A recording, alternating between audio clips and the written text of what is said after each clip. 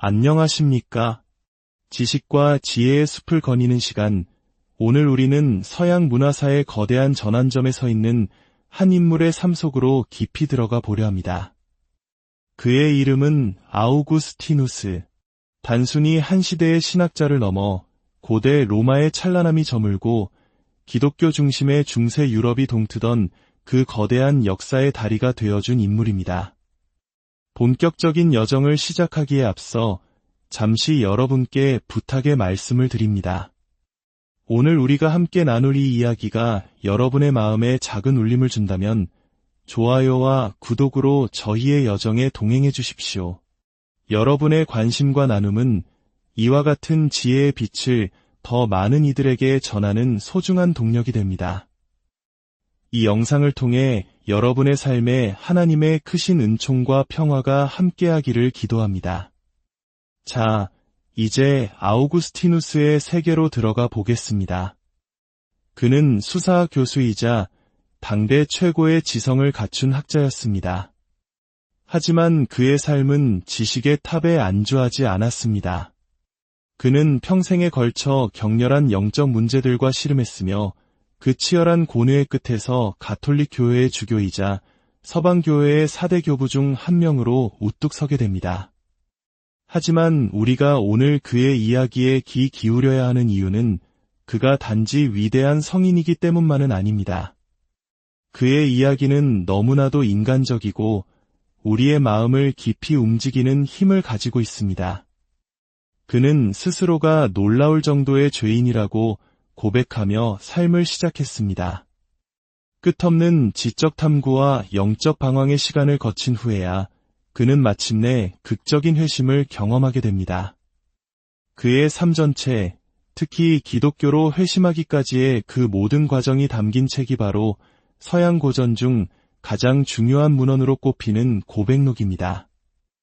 아우구스티누스가 위대한 이유는 그가 자신의 삶을 통해 기독교인으로 살아간다는 것의 의미, 하나님과 영혼, 그리고 자유의지에 대한 깊은 통찰을 제시했기 때문입니다. 그의 이야기는 단순히 한 개인의 자서전이 아닙니다. 그것은 마치 모든 기독교인의 삶에 적용될 수 있는 하나의 영적인 공식과도 같습니다. 기독교에서 말하는 원죄의 개념을 생각해 보십시오. 모든 인간은 태어날 때부터 죄인입니다. 하지만 하나님의 은총을 받아 회심을 경험하고 그분의 법을 따르는 자에게는 구원의 기회가 주어집니다. 아우구스티누스는 자신이 죄인으로 시작했다고 말하지만 이는 곧 모든 인간의 출발점이기도 합니다. 그의 고백록은 바로 이 지점에서 시작합니다. 그리고 그의 이야기에는 회심이라는 결정적인 전환점이 등장합니다. 인생의 방향을 180도 바꾸는 경험. 이것은 기독교적 자아 정체성의 핵심적인 특징이 됩니다. 즉, 우리 자신의 타락한 본성을 깊이 깨닫고 하나님의 은총에 힘입어 세속적인 가치를 버리고 하나님의 나라를 추구하기로 결단하는 순간입니다. 아우구스티누스는 자신의 고백록을 통해 구원을 소망하는 모든 성도와 신자들이 인생의 여정에서 거쳐가야 할 이정표들을 세웠습니다. 그래서 그의 이야기는 그가 살았던 시대뿐만 아니라 오늘을 살아가는 우리에게도 기독교인으로 산다는 것의 의미에 대한 깊은 통찰을 줍니다. 그렇다면 그는 어떻게 성인이 되었을까요? 죄로 가득했던 세속적인 삶을 버리고 성경을 읽고 진리를 탐구함으로써 가능했을까요? 아우구스티누스는 단호하게 말합니다. 자신의 행동이 회심을 이끌어낸 것이 아니라고. 그의 회심은 전적으로 값없이 주어진 하나님의 은총의 산물이라고 말입니다. 하나님의 은총이 그의 세계관을 바꾸고 철학에 대한 이해를 새롭게 하고 그를 완전히 다시 태어난 사람으로 만들었습니다. 그의 여정은 고대 로마의 죄 많은 세속 세계에서 시작하여 당시 이단으로 불리던 여러 사상들을 거쳐 마침내 참된 기독교 신앙에 이르는 길이었습니다. 그리고 이 여정은 아우구스티누스 한 사람의 이야기가 아니라 모든 기독교인의 이야기이기도 합니다. 그래서 그의 자서전은 역설적이게도 비개인적인 성격을 띱니다. 우리는 보통 자서전이란 한 개인의 독특하고 특별한 삶의 기록이라고 생각하지만 아우구스티누스는 정반대의 관점을 제시합니다. 그는 자신의 삶에서 중요한 것은 그가 저지른 죄의 구체적인 내용이나 회심의 정황이 아니라고 말합니다. 중요한 것은 이 세상에서 다음 세상으로 천국을 향해 나아가려는 모든 순례자가 반드시 걸어가야 할 그 길을 보여주었다는 사실 그 자체입니다. 이제 아우구스티누스가 살았던 시대로 잠시 돌아가 보겠습니다. 그는 서기 354년부터 430년까지 로마 제국이 서서히 몰락하던 시기에 살았습니다. 북아프리카에서 태어났지만 밀라노와 로마에서 수사학 교수로 활동하며 당대 최고의 사상가들과 교류한 세계적인 지성이었습니다. 그는 처절하게 영적인 길을 찾고자 했습니다. 그리고 그가 개척한 그 길은 훗날 서방 기독교 세계 전체의 길이 되었습니다.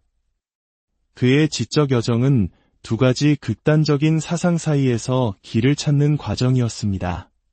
당시 기독교 내에서 큰 논쟁을 불러일으켰지만 결국 이단으로 규정된 사상들, 바로 마니교와 펠라기우스주의입니다. 아우구스티누스는 이 두 사상을 논파하며 혼란스러웠던 시대에 가톨릭 교회의 교리를 굳건히 세우는데 결정적인 역할을 했습니다. 먼저 젊은 아우구스티누스를 가장 매료시켰던 마니교에 대해 알아보겠습니다. 마니교는 기독교 역사상 가장 풀기 어려운 문제, 바로 악의 문제에 대해 아주 직관적인 해답을 제시합니다.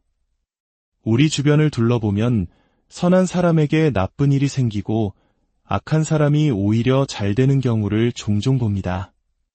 만약 하나님이 전지전능하고 정의롭다면 어째서 이런 부조리가 일어나는 것일까요? 욥기 전체가 바로 이 문제를 다루고 있지 않습니까? 마니교는 이 문제에 대해 이렇게 답합니다.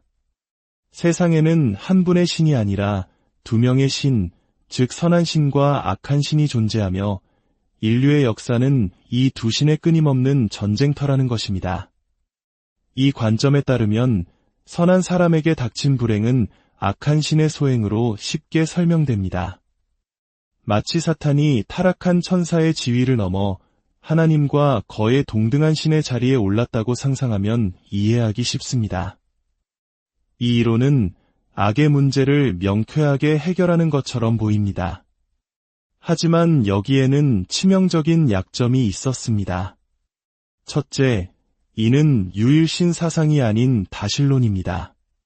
둘째, 만약 선한 신이 악한 신을 창조하지 않았다면 악한 신은 선한 신만큼이나 강력하고 절대적인 존재가 됩니다. 반대로 선한 신이 악한 신을 창조했다면 왜 그런 악한 존재를 만들었냐는 처음의 문제로 다시 돌아가게 됩니다. 무엇보다 아우구스티누스가 마니교를 거부한 결정적인 이유는 따로 있었습니다. 만약 내 안의 악한 행동이 내 의지가 아니라 악한 신의 조종 때문이라면 인간에게는 어떠한 도덕적 책임도 남지 않게 됩니다. 내가 죄를 짓는 것이 내 선택이 아니라 악한 신의 손에 놀아나는 꼭두각시의 몸짓이라면 기독교의 도덕적 근간 전체가 무너져 내립니다. 이것은 결국 우리에게서 자유의지를 빼앗아가는 도덕적 운명론으로 기결됩니다. 아우구스티누스는 이것이 기독교의 본질과 정면으로 배치된다고 보았습니다. 이 강력한 논증은 마니교가 쇠퇴하는 데 결정적인 역할을 했습니다. 아우구스티누스가 맞서 싸운 또 다른 극단은 펠라기우스주의였습니다. 이는 마니교와 정반대의 아주 낙관적인 기독교 해석입니다. 펠라기우스주의는 인간의 노력을 강조합니다. 만약 사람이 금욕적인 생활을 하고 성경을 열심히 공부하며 올바른 도덕적 행동을 실천한다면 누구든지 자신의 힘으로 구원받을 수 있다는 것입니다. 이는 하나님의 불가해하고 값없는 은총이 아니라 인간의 행위를 통한 구원을 말합니다.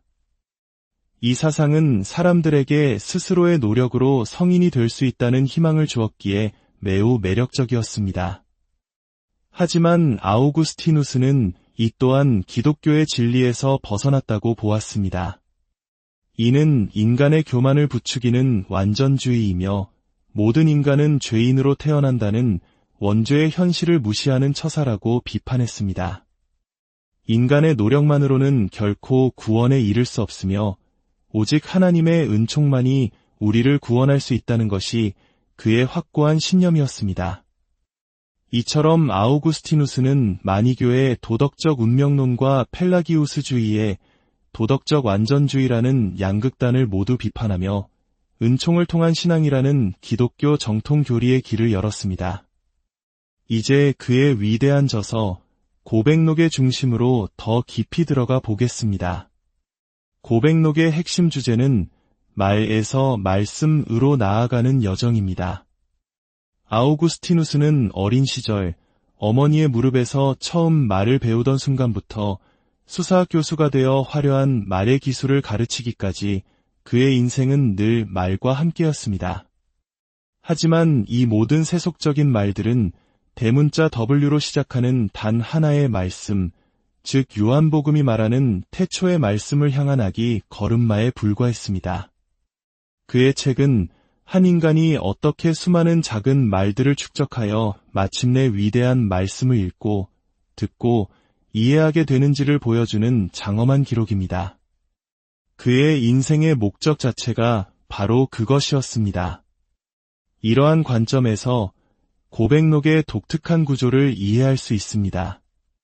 총 13권으로 이루어진 이 책은 앞에 10권은 자신의 삶을 이야기하고 마지막 3권은 갑자기 창세기 해설을 다루어 많은 이들을 어리둥절하게 만듭니다. 어떤 학자들은 마지막 3권이 불필요한 부록이라고 주장하기도 합니다. 하지만 저는 다른 해석에 더 마음이 끌립니다. 마지막 3권은 부록이 아니라 그의 삶의 정점이자 완성입니다. 평생에 걸쳐 신과의 합의를 갈망하고 영적인 길을 찾아 헤맸던 아우구스티누스에게 성경을 올바르게 읽고 해석하며 그 진리를 체험하는 것보다 더 큰 성취가 있었을까요? 그의 모든 삶의 여정은 바로 이 마지막 3권, 즉 말씀의 세계에 도달하기 위한 준비 과정이었던 것입니다. 시간과 공간을 초월한 거룩한 말씀의 영역에 들어서는 순간 그의 순례는 비로소 목적지에 도달한 것입니다. 그의 고백록 2권에는 아주 유명한 일화가 나옵니다. 바로 배를 훔친 이야기입니다. 10대 시절 그는 친구들과 어울려 아무런 이유 없이 단지 나쁜 짓을 한다는 사실 자체를 즐기기 위해 이웃집의 배를 훔칩니다. 오늘날 우리의 시각으로는 그저 철없는 시절의 작은 비행으로 보일 수 있습니다. 하지만 아우구스티누스에게 이 사건은 인간 본성에 내재된 타락의 명백한 증거였습니다. 그는 배가 필요해서 훔친 것이 아니었습니다. 그는 악 그 자체의 매력, 즉 규범을 어기는 행위가 주는 짜릿함에 이끌렸던 것입니다. 그는 이것이 바로 모든 인간이 죄의 구렁텅이에서 스스로 빠져나올 수 없는 이유이며 펠라기우스주의가 틀렸다는 증거라고 말합니다. 우리 모두의 안에는 이런 악에 대한 끌림이 있기에 하나님의 값없는 은총이 없다면 우리는 결코 구원받을 수 없다는 것입니다. 이 사상은 훗날 아우구스티누스 수도의 출신이었던 마르틴 루터에게 지대한 영향을 미쳐 종교개혁의 신학적 토대가 됩니다. 그의 지적 방황은 밀라노에서 암브로시우스 주교를 만나면서 새로운 국면을 맞습니다. 암브로시우스는 아우구스티누스에게 성경을 문자적으로만 해석하는 것이 아니라 그 안에 담긴 상징적이고 비유적인 의미를 읽어내는 법을 가르쳐 주었습니다. 이는 아우구스티누스의 눈을 뜨게 한 결정적인 계시였습니다. 거칠고 투박해 보였던 성경의 이야기들이 심오한 영적 진리를 담고 있는 보물창고로 보이기 시작한 것입니다. 이제 그의 지성은 완전히 설득되었습니다. 마니교의 오류를 깨달았고 성경의 진리를 이해했습니다. 하지만 한 가지 문제가 남아 있었습니다. 종교는 머리로만 믿는 것이 아니었습니다. 그의 마음, 그의 영혼은 여전히 분열되어 있었습니다. 그의 극적인 회심은 고백록 8권에 가장 감동적으로 묘사됩니다. 그는 스스로를 통제할 수 없는 상태에서 머리를 쥐어뜯고 벽을 치며 고통스러워했습니다. 스스로 분쟁하는 집은 서지 못하리라는 성경 구절처럼 그의 내면은 완전히 두 개로 찢어져 있었습니다. 이성은 진리를 향해 가고 싶어 했지만 그의 의지는 여전히 세속적인 쾌락과 옛 습관의 사슬에 묶여 있었습니다. 바로 그 절망의 순간 그는 정원에서 한 아이의 노랫소리를 듣습니다. 톨레, 레게, 톨레, 레게. 집어서 읽어라. 집어서 읽어라. 그는 이것을 하나님의 음성으로 받아들이고 곁에 있던 성경을 집어 펼쳤습니다. 그의 눈에 들어온 구절은 로마서 13장 13절과 14절의 말씀이었습니다. 방탕하거나 술 취하지 말며 음란하거나 호색하지 말며 다투거나 시기하지 말고 오직 주 예수 그리스도로 옷 입고 정욕을 위하여 육신의 일을 도모하지 말라. 그 구절을 읽는 순간 의심의 어둠은 사라지고 확신의 빛이 그의 마음을 가득 채웠습니다. 지적인 동의를 넘어 그의 전 존재가 하나님께로 향하는 완전한 회심이 이루어진 것입니다. 아우구스티누스의 이야기는 이렇게 결론 내릴 수 있습니다. 그는 단순히 자서전을 쓴 것이 아닙니다. 그는 무너져가는 로마 제국의 폐허 위에서 이후 1000년간 서양 세계를 지배할 새로운 인간상, 즉 기독교적 자아의 토대를 구축했습니다. 플라톤이나 아리스토텔레스가 말하던 고전적인 덕의 인간상이 아니라 자신의 죄를 고백하고 오직 하나님의 은총에 의지하는 새로운 인간의 모습을 제시한 것입니다.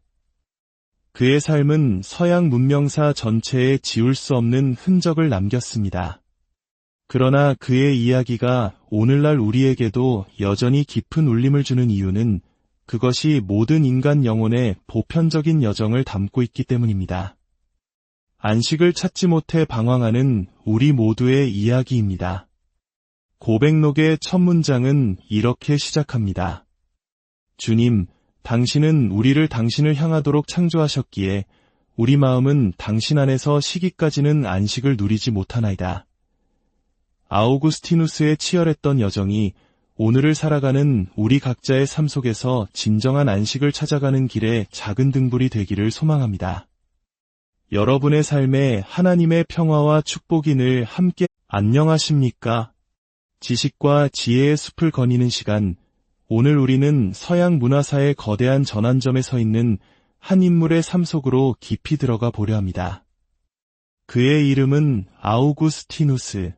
단순히 한 시대의 신학자를 넘어 고대 로마의 찬란함이 저물고 기독교 중심의 중세 유럽이 동트던 그 거대한 역사의 다리가 되어준 인물입니다. 본격적인 여정을 시작하기에 앞서 잠시 여러분께 부탁의 말씀을 드립니다. 오늘 우리가 함께 나눌 이 이야기가 여러분의 마음에 작은 울림을 준다면 좋아요와 구독으로 저희의 여정에 동행해 주십시오. 여러분의 관심과 나눔은 이와 같은 지혜의 빛을 더 많은 이들에게 전하는 소중한 동력이 됩니다. 이 영상을 통해 여러분의 삶에 하나님의 크신 은총과 평화가 함께하기를 기도합니다. 자, 이제 아우구스티누스의 세계로 들어가 보겠습니다. 그는 수사학 교수이자 당대 최고의 지성을 갖춘 학자였습니다. 하지만 그의 삶은 지식의 탑에 안주하지 않았습니다. 그는 평생에 걸쳐 격렬한 영적 문제들과 씨름했으며 그 치열한 고뇌의 끝에서 가톨릭 교회의 주교이자 서방교회의 4대 교부 중 한 명으로 우뚝 서게 됩니다. 하지만 우리가 오늘 그의 이야기에 귀 기울여야 하는 이유는 그가 단지 위대한 성인이기 때문만은 아닙니다. 그의 이야기는 너무나도 인간적이고 우리의 마음을 깊이 움직이는 힘을 가지고 있습니다. 그는 스스로가 놀라울 정도의 죄인이라고 고백하며 삶을 시작했습니다. 끝없는 지적 탐구와 영적 방황의 시간을 거친 후에야 그는 마침내 극적인 회심을 경험하게 됩니다. 그의 삶 전체, 특히 기독교로 회심하기까지의 그 모든 과정이 담긴 책이 바로 서양 고전 중 가장 중요한 문헌으로 꼽히는 고백록입니다. 아우구스티누스가 위대한 이유는 그가 자신의 삶을 통해 기독교인으로 살아간다는 것의 의미, 하나님과 영혼, 그리고 자유의지에 대한 깊은 통찰을 제시했기 때문입니다. 그의 이야기는 단순히 한 개인의 자서전이 아닙니다. 그것은 마치 모든 기독교인의 삶에 적용될 수 있는 하나의 영적인 공식과도 같습니다. 기독교에서 말하는 원죄의 개념을 생각해 보십시오. 모든 인간은 태어날 때부터 죄인입니다. 하지만 하나님의 은총을 받아 회심을 경험하고 그분의 법을 따르는 자에게는 구원의 기회가 주어집니다. 아우구스티누스는 자신이 죄인으로 시작했다고 말하지만 이는 곧 모든 인간의 출발점이기도 합니다. 그의 고백록은 바로 이 지점에서 시작합니다.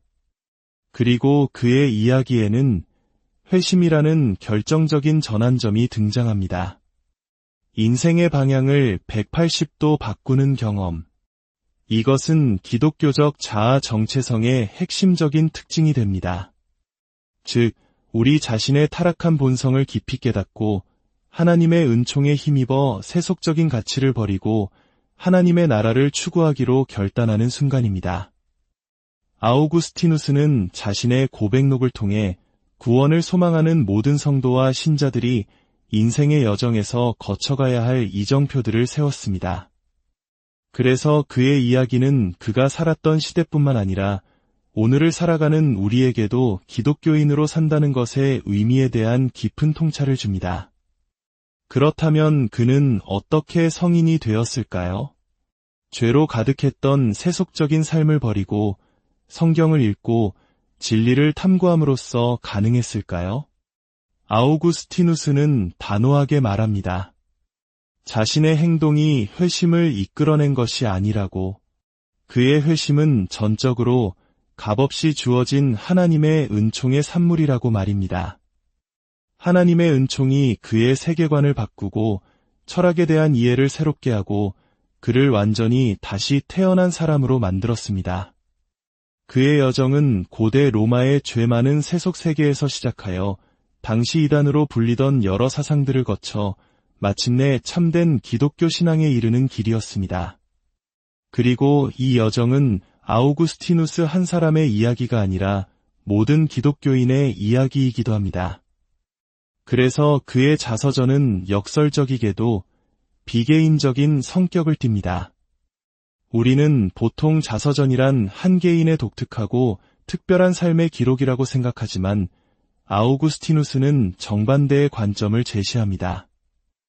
그는 자신의 삶에서 중요한 것은 그가 저지른 죄의 구체적인 내용이나 회심의 정황이 아니라고 말합니다. 중요한 것은 이 세상에서 다음 세상으로 천국을 향해 나아가려는 모든 순례자가 반드시 걸어가야 할 그 길을 보여주었다는 사실 그 자체입니다.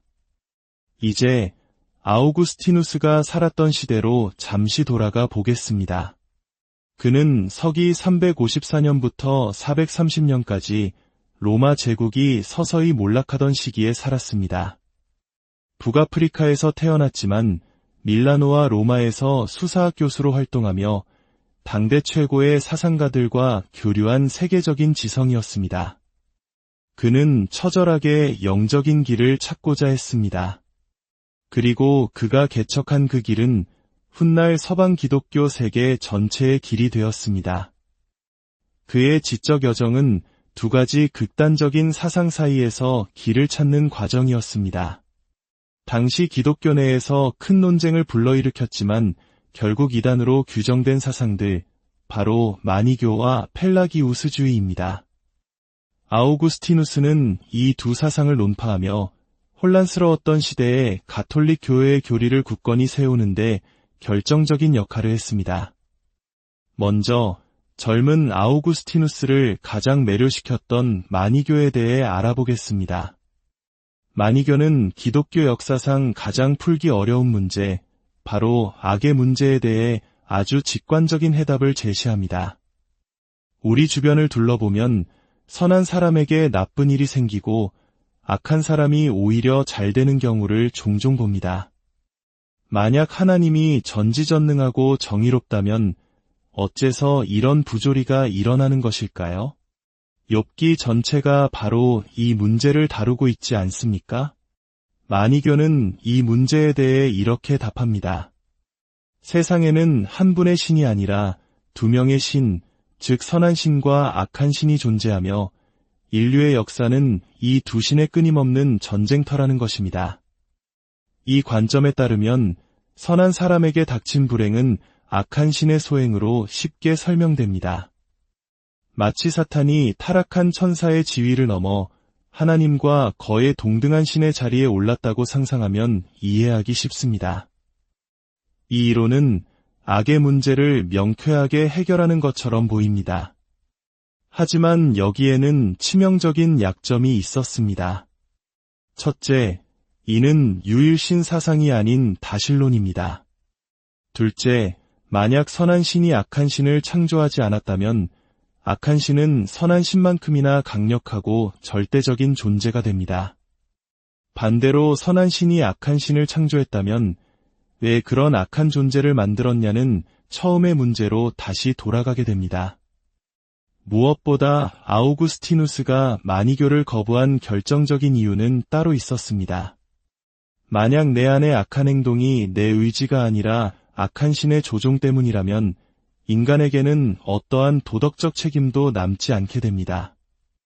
내가 죄를 짓는 것이 내 선택이 아니라 악한 신의 손에 놀아나는 꼭두각시의 몸짓이라면 기독교의 도덕적 근간 전체가 무너져 내립니다.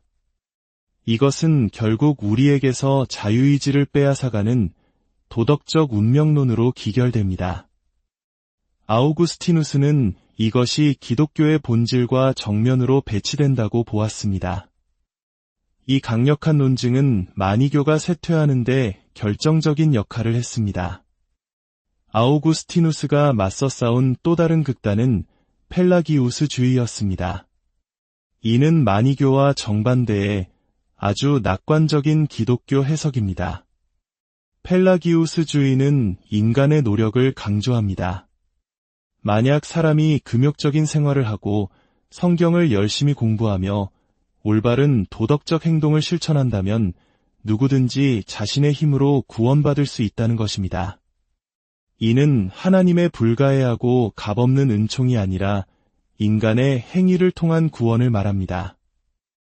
이 사상은 사람들에게 스스로의 노력으로 성인이 될 수 있다는 희망을 주었기에 매우 매력적이었습니다. 하지만 아우구스티누스는 이 또한 기독교의 진리에서 벗어났다고 보았습니다. 이는 인간의 교만을 부추기는 완전주의이며 모든 인간은 죄인으로 태어난다는 원죄의 현실을 무시하는 처사라고 비판했습니다. 인간의 노력만으로는 결코 구원에 이를 수 없으며 오직 하나님의 은총만이 우리를 구원할 수 있다는 것이 그의 확고한 신념이었습니다. 이처럼 아우구스티누스는 마니교의 도덕적 운명론과 펠라기우스주의의 도덕적 완전주의라는 양극단을 모두 비판하며 은총을 통한 신앙이라는 기독교 정통 교리의 길을 열었습니다. 이제 그의 위대한 저서 고백록의 중심으로 더 깊이 들어가 보겠습니다. 고백록의 핵심 주제는 말에서 말씀으로 나아가는 여정입니다. 아우구스티누스는 어린 시절 어머니의 무릎에서 처음 말을 배우던 순간부터 수사학 교수가 되어 화려한 말의 기술을 가르치기까지 그의 인생은 늘 말과 함께였습니다. 하지만 이 모든 세속적인 말들은 대문자 W로 시작하는 단 하나의 말씀, 즉 요한복음이 말하는 태초의 말씀을 향한 악이 걸음마에 불과했습니다. 그의 책은 한 인간이 어떻게 수많은 작은 말들을 축적하여 마침내 위대한 말씀을 읽고, 듣고, 이해하게 되는지를 보여주는 장엄한 기록입니다. 그의 인생의 목적 자체가 바로 그것이었습니다. 이러한 관점에서 고백록의 독특한 구조를 이해할 수 있습니다. 총 13권으로 이루어진 이 책은 앞에 10권은 자신의 삶을 이야기하고 마지막 3권은 갑자기 창세기 해설을 다루어 많은 이들을 어리둥절하게 만듭니다. 어떤 학자들은 마지막 3권이 불필요한 부록이라고 주장하기도 합니다. 하지만 저는 다른 해석에 더 마음이 끌립니다. 마지막 3권은 부록이 아니라 그의 삶의 정점이자 완성입니다. 평생에 걸쳐 신과의 합의를 갈망하고 영적인 길을 찾아 헤맸던 아우구스티누스에게 성경을 올바르게 읽고 해석하며 그 진리를 체험하는 것보다 더 큰 성취가 있었을까요? 그의 모든 삶의 여정은 바로 이 마지막 3권, 즉 말씀의 세계에 도달하기 위한 준비 과정이었던 것입니다. 시간과 공간을 초월한 거룩한 말씀의 영역에 들어서는 순간 그의 순례는 비로소 목적지에 도달한 것입니다. 그의 고백록 2권에는 아주 유명한 일화가 나옵니다. 바로 배를 훔친 이야기입니다. 10대 시절 그는 친구들과 어울려 아무런 이유 없이 단지 나쁜 짓을 한다는 사실 자체를 즐기기 위해 이웃집의 배를 훔칩니다. 오늘날 우리의 시각으로는 그저 철없는 시절의 작은 비행으로 보일 수 있습니다. 하지만 아우구스티누스에게 이 사건은 인간 본성에 내재된 타락의 명백한 증거였습니다. 그는 배가 필요해서 훔친 것이 아니었습니다. 그는 악 그 자체의 매력, 즉 규범을 어기는 행위가 주는 짜릿함에 이끌렸던 것입니다. 그는 이것이 바로 모든 인간이 죄의 구렁텅이에서 스스로 빠져나올 수 없는 이유이며 펠라기우스주의가 틀렸다는 증거라고 말합니다. 우리 모두의 안에는 이런 악에 대한 끌림이 있기에 하나님의 값없는 은총이 없다면 우리는 결코 구원받을 수 없다는 것입니다. 이 사상은 훗날 아우구스티누스 수도의 출신이었던 마르틴 루터에게 지대한 영향을 미쳐 종교개혁의 신학적 토대가 됩니다. 그의 지적 방황은 밀라노에서 암브로시우스 주교를 만나면서 새로운 국면을 맞습니다. 암브로시우스는 아우구스티누스에게 성경을 문자적으로만 해석하는 것이 아니라 그 안에 담긴 상징적이고 비유적인 의미를 읽어내는 법을 가르쳐 주었습니다. 이는 아우구스티누스의 눈을 뜨게 한 결정적인 계시였습니다. 거칠고 투박해 보였던 성경의 이야기들이 심오한 영적 진리를 담고 있는 보물창고로 보이기 시작한 것입니다. 이제 그의 지성은 완전히 설득되었습니다. 마니교의 오류를 깨달았고 성경의 진리를 이해했습니다. 하지만 한 가지 문제가 남아 있었습니다. 종교는 머리로만 믿는 것이 아니었습니다. 그의 마음, 그의 영혼은 여전히 분열되어 있었습니다. 그의 극적인 회심은 고백록 8권에 가장 감동적으로 묘사됩니다. 그는 스스로를 통제할 수 없는 상태에서 머리를 쥐어뜯고 벽을 치며 고통스러워했습니다. 스스로 분쟁하는 집은 서지 못하리라는 성경 구절처럼 그의 내면은 완전히 두 개로 찢어져 있었습니다. 이성은 진리를 향해 가고 싶어 했지만 그의 의지는 여전히 세속적인 쾌락과 옛 습관의 사슬에 묶여 있었습니다. 바로 그 절망의 순간 그는 정원에서 한 아이의 노랫소리를 듣습니다. 톨레, 레게, 톨레, 레게. 집어서 읽어라. 집어서 읽어라. 그는 이것을 하나님의 음성으로 받아들이고 곁에 있던 성경을 집어 펼쳤습니다. 그의 눈에 들어온 구절은 로마서 13장 13절과 14절의 말씀이었습니다. 방탕하거나 술 취하지 말며 음란하거나 호색하지 말며 다투거나 시기하지 말고 오직 주 예수 그리스도로 옷 입고 정욕을 위하여 육신의 일을 도모하지 말라. 그 구절을 읽는 순간 의심의 어둠은 사라지고 확신의 빛이 그의 마음을 가득 채웠습니다. 지적인 동의를 넘어 그의 전 존재가 하나님께로 향하는 완전한 회심이 이루어진 것입니다. 아우구스티누스의 이야기는 이렇게 결론 내릴 수 있습니다. 그는 단순히 자서전을 쓴 것이 아닙니다. 그는 무너져가는 로마 제국의 폐허 위에서 이후 1000년간 서양 세계를 지배할 새로운 인간상, 즉 기독교적 자아의 토대를 구축했습니다. 플라톤이나 아리스토텔레스가 말하던 고전적인 덕의 인간상이 아니라 자신의 죄를 고백하고 오직 하나님의 은총에 의지하는 새로운 인간의 모습을 제시한 것입니다. 그의 삶은 서양 문명사 전체에 지울 수 없는 흔적을 남겼습니다. 그러나 그의 이야기가 오늘날 우리에게도 여전히 깊은 울림을 주는 이유는 그것이 모든 인간 영혼의 보편적인 여정을 담고 있기 때문입니다. 안식을 찾지 못해 방황하는 우리 모두의 이야기입니다. 고백록의 첫 문장은 이렇게 시작합니다. 주님, 당신은 우리를 당신을 향하도록 창조하셨기에 우리 마음은 당신 안에서 시기까지는 안식을 누리지 못하나이다.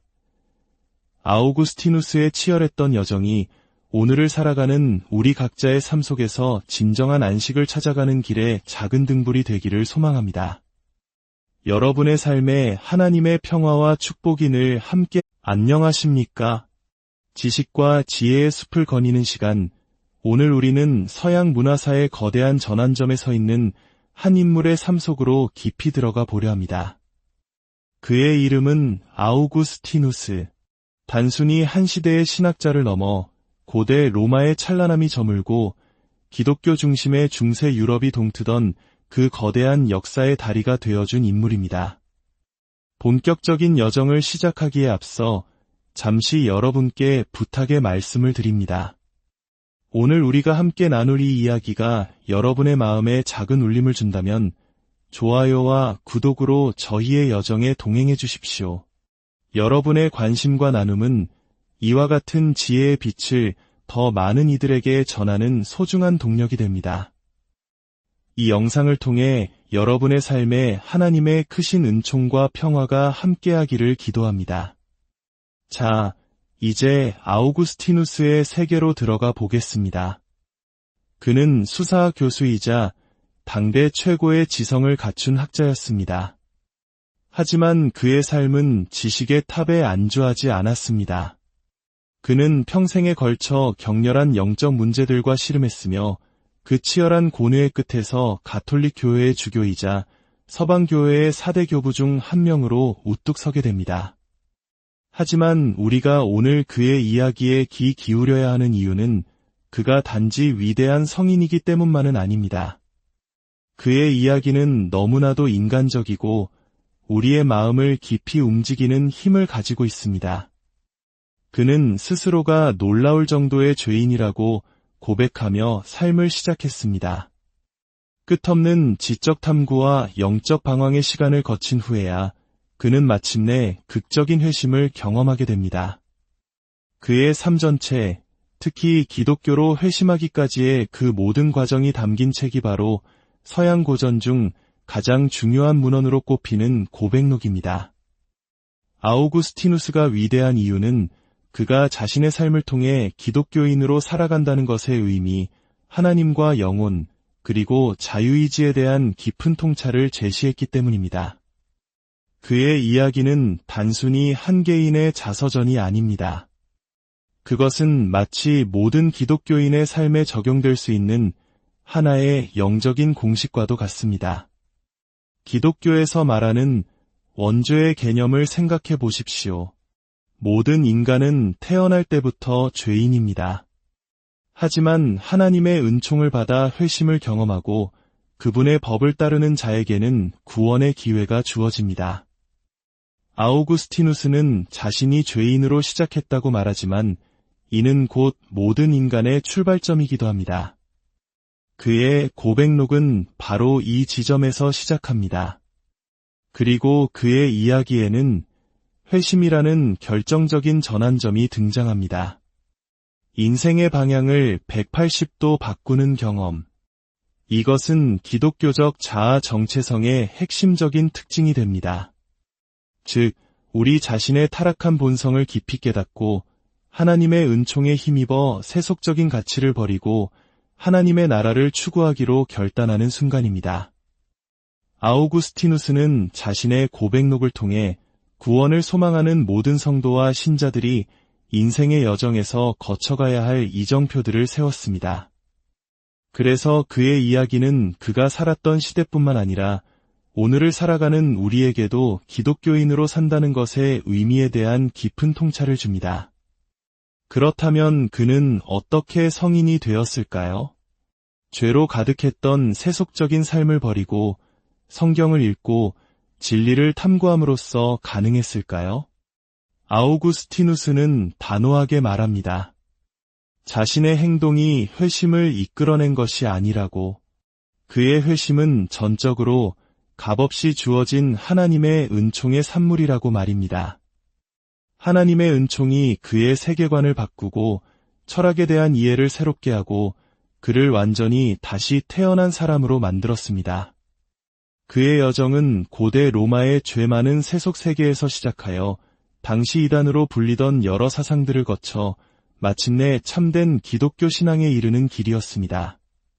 그리고 이 여정은 아우구스티누스 한 사람의 이야기가 아니라 모든 기독교인의 이야기이기도 합니다.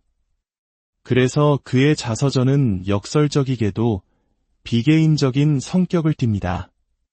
우리는 보통 자서전이란 한 개인의 독특하고 특별한 삶의 기록이라고 생각하지만 아우구스티누스는 정반대의 관점을 제시합니다. 그는 자신의 삶에서 중요한 것은 그가 저지른 죄의 구체적인 내용이나 회심의 정황이 아니라고 말합니다. 중요한 것은 이 세상에서 다음 세상으로 천국을 향해 나아가려는 모든 순례자가 반드시 걸어가야 할 그 길을 보여주었다는 사실 그 자체입니다. 이제 아우구스티누스가 살았던 시대로 잠시 돌아가 보겠습니다. 그는 서기 354년부터 430년까지 로마 제국이 서서히 몰락하던 시기에 살았습니다.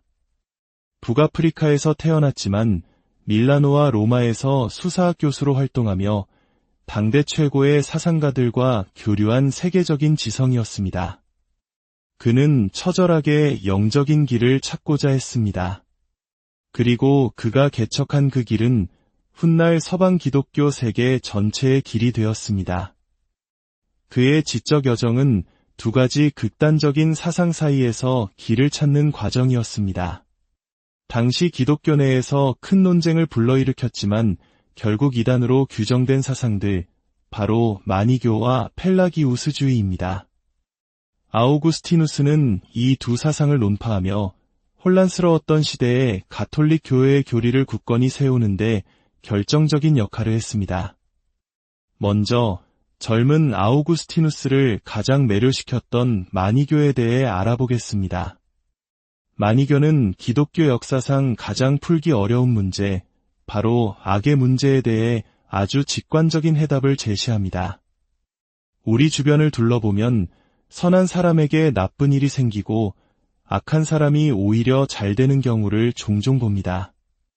만약 하나님이 전지전능하고 정의롭다면 어째서 이런 부조리가 일어나는 것일까요? 욥기 전체가 바로 이 문제를 다루고 있지 않습니까? 마니교는 이 문제에 대해 이렇게 답합니다. 세상에는 한 분의 신이 아니라 두 명의 신, 즉 선한 신과 악한 신이 존재하며 인류의 역사는 이 두 신의 끊임없는 전쟁터라는 것입니다. 이 관점에 따르면 선한 사람에게 닥친 불행은 악한 신의 소행으로 쉽게 설명됩니다. 마치 사탄이 타락한 천사의 지위를 넘어 하나님과 거의 동등한 신의 자리에 올랐다고 상상하면 이해하기 쉽습니다. 이 이론은 악의 문제를 명쾌하게 해결하는 것처럼 보입니다.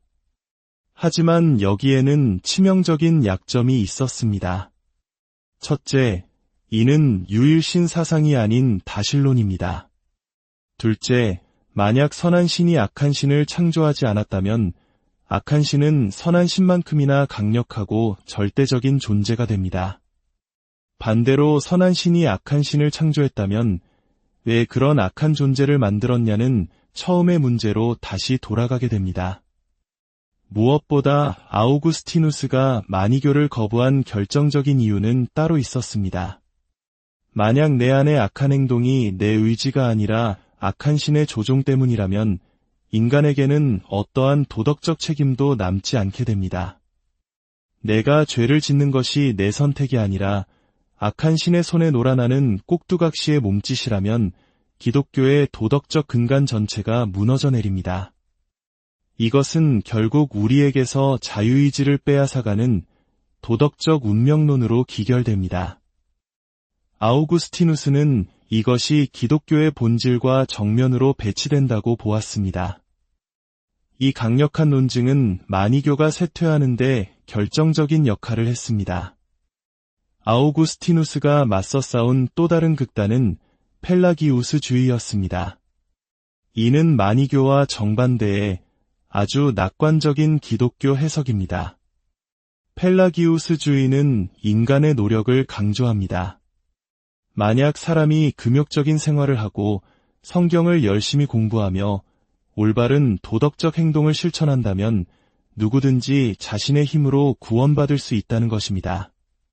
이는 하나님의 불가해하고 값없는 은총이 아니라 인간의 행위를 통한 구원을 말합니다. 이 사상은 사람들에게 스스로의 노력으로 성인이 될 수 있다는 희망을 주었기에 매우 매력적이었습니다. 하지만 아우구스티누스는 이 또한 기독교의 진리에서 벗어났다고 보았습니다. 이는 인간의 교만을 부추기는 완전주의이며 모든 인간은 죄인으로 태어난다는 원죄의 현실을 무시하는 처사라고 비판했습니다. 인간의 노력만으로는 결코 구원에 이를 수 없으며 오직 하나님의 은총만이 우리를 구원할 수 있다는 것이 그의 확고한 신념이었습니다. 이처럼 아우구스티누스는 마니교의 도덕적 운명론과 펠라기우스주의의 도덕적 완전주의라는 양극단을 모두 비판하며 은총을 통한 신앙이라는 기독교 정통 교리의 길을 열었습니다. 이제 그의 위대한 저서 고백록의 중심으로 더 깊이 들어가 보겠습니다. 고백록의 핵심 주제는 말에서 말씀으로 나아가는 여정입니다. 아우구스티누스는 어린 시절 어머니의 무릎에서 처음 말을 배우던 순간부터 수사 교수가 되어 화려한 말의 기술을 가르치기까지 그의 인생은 늘 말과 함께였습니다. 하지만 이 모든 세속적인 말들은 대문자 W로 시작하는 단 하나의 말씀, 즉 요한복음이 말하는 태초의 말씀을 향한 악이 걸음마에 불과했습니다. 그의 책은 한 인간이 어떻게 수많은 작은 말들을 축적하여 마침내 위대한 말씀을 읽고, 듣고, 이해하게 되는지를 보여주는 장엄한 기록입니다. 그의 인생의 목적 자체가 바로 그것이었습니다. 이러한 관점에서 고백록의 독특한 구조를 이해할 수 있습니다. 총 13권으로 이루어진 이 책은 앞에 10권은 자신의 삶을 이야기하고 마지막 3권은 갑자기 창세기 해설을 다루어 많은 이들을 어리둥절하게 만듭니다. 어떤 학자들은 마지막 3권이 불필요한 부록이라고 주장하기도 합니다. 하지만 저는 다른 해석에 더 마음이 끌립니다. 마지막 3권은 부록이 아니라 그의 삶의 정점이자 완성입니다. 평생에 걸쳐 신과의 합의를 갈망하고 영적인 길을 찾아 헤맸던 아우구스티누스에게 성경을 올바르게 읽고 해석하며 그 진리를 체험하는 것보다 더 큰 성취가 있었을까요? 그의 모든 삶의 여정은 바로 이 마지막 3권, 즉 말씀의 세계에 도달하기 위한 준비 과정이었던 것입니다. 시간과 공간을 초월한 거룩한 말씀의 영역에 들어서는 순간 그의 순례는 비로소 목적지에 도달한 것입니다. 그의 고백록 2권에는 아주 유명한 일화가 나옵니다. 바로 배를 훔친 이야기입니다. 10대 시절 그는 친구들과 어울려 아무런 이유 없이 단지 나쁜 짓을 한다는 사실 자체를 즐기기 위해 이웃집의 배를 훔칩니다. 오늘날 우리의 시각으로는 그저 철없는 시절의 작은 비행으로 보일 수 있습니다. 하지만 아우구스티누스에게 이 사건은 인간 본성에 내재된 타락의 명백한 증거였습니다. 그는 배가 필요해서 훔친 것이 아니었습니다. 그는 악 그 자체의 매력, 즉 규범을 어기는 행위가 주는 짜릿함에 이끌렸던 것입니다. 그는 이것이 바로 모든 인간이 죄의 구렁텅이에서 스스로 빠져나올 수 없는 이유이며 펠라기우스주의가 틀렸다는 증거라고 말합니다. 우리 모두의 안에는 이런 악에 대한 끌림이 있기에 하나님의 값없는 은총이 없다면 우리는 결코 구원받을 수 없다는 것입니다. 이 사상은 훗날 아우구스티누스 수도의 출신이었던 마르틴 루터에게 지대한 영향을 미쳐 종교개혁의 신학적 토대가 됩니다. 그의 지적 방황은 밀라노에서 암브로시우스 주교를 만나면서 새로운 국면을 맞습니다. 암브로시우스는 아우구스티누스에게 성경을 문자적으로만 해석하는 것이 아니라 그 안에 담긴 상징적이고 비유적인 의미를 읽어내는 법을 가르쳐 주었습니다. 이는 아우구스티누스의 눈을 뜨게 한 결정적인 계시였습니다. 거칠고 투박해 보였던 성경의 이야기들이 심오한 영적 진리를 담고 있는 보물창고로 보이기 시작한 것입니다. 이제 그의 지성은 완전히 설득되었습니다. 만이교의 오류를 깨달았고 성경의 진리를 이해했습니다. 하지만 한 가지 문제가 남아 있었습니다. 종교는 머리로만 믿는 것이 아니었습니다. 그의 마음, 그의 영혼은 여전히 분열되어 있었습니다. 그의 극적인 회심은 고백록 8권에 가장 감동적으로 묘사됩니다. 그는 스스로를 통제할 수 없는 상태에서 머리를 쥐어뜯고 벽을 치며 고통스러워했습니다. 스스로 분쟁하는 집은 서지 못하리라는 성경 구절처럼 그의 내면은 완전히 두 개로 찢어져 있었습니다. 이성은 진리를 향해 가고 싶어 했지만 그의 의지는 여전히 세속적인 쾌락과 옛 습관의 사슬에 묶여 있었습니다. 바로 그 절망의 순간 그는 정원에서 한 아이의 노랫소리를 듣습니다. 톨레, 레게, 톨레, 레게. 집어서 읽어라. 집어서 읽어라. 그는 이것을 하나님의 음성으로 받아들이고 곁에 있던 성경을 집어 펼쳤습니다. 그의 눈에 들어온 구절은 로마서 13장 13절과 14절의 말씀이었습니다. 방탕하거나 술 취하지 말며 음란하거나 호색하지 말며 다투거나 시기하지 말고 오직 주 예수 그리스도로 옷 입고 정욕을 위하여 육신의 일을 도모하지 말라. 그 구절을 읽는 순간 의심의 어둠은 사라지고 확신의 빛이 그의 마음을 가득 채웠습니다. 지적인 동의를 넘어 그의 전 존재가 하나님께로 향하는 완전한 회심이 이루어진 것입니다. 아우구스티누스의 이야기는 이렇게 결론 내릴 수 있습니다. 그는 단순히 자서전을 쓴 것이 아닙니다.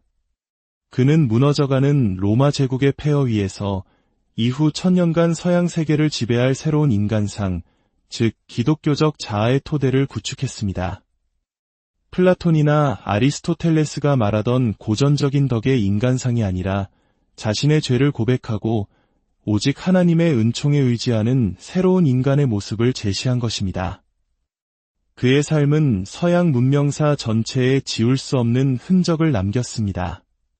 그러나 그의 이야기가 오늘날 우리에게도 여전히 깊은 울림을 주는 이유는 그것이 모든 인간 영혼의 보편적인 여정을 담고 있기 때문입니다.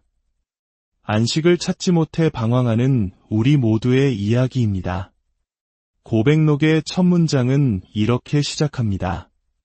주님, 당신은 우리를 당신을 향하도록 창조하셨기에 우리 마음은 당신 안에서 시기까지는 안식을 누리지 못하나이다. 아우구스티누스의 치열했던 여정이 오늘을 살아가는 우리 각자의 삶 속에서 진정한 안식을 찾아가는 길에 작은 등불이 되기를 소망합니다.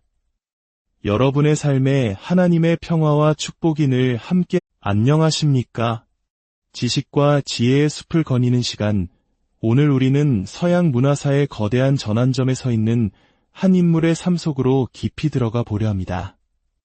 그의 이름은 아우구스티누스.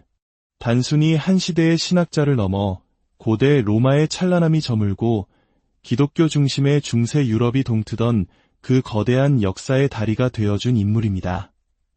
본격적인 여정을 시작하기에 앞서 잠시 여러분께 부탁의 말씀을 드립니다.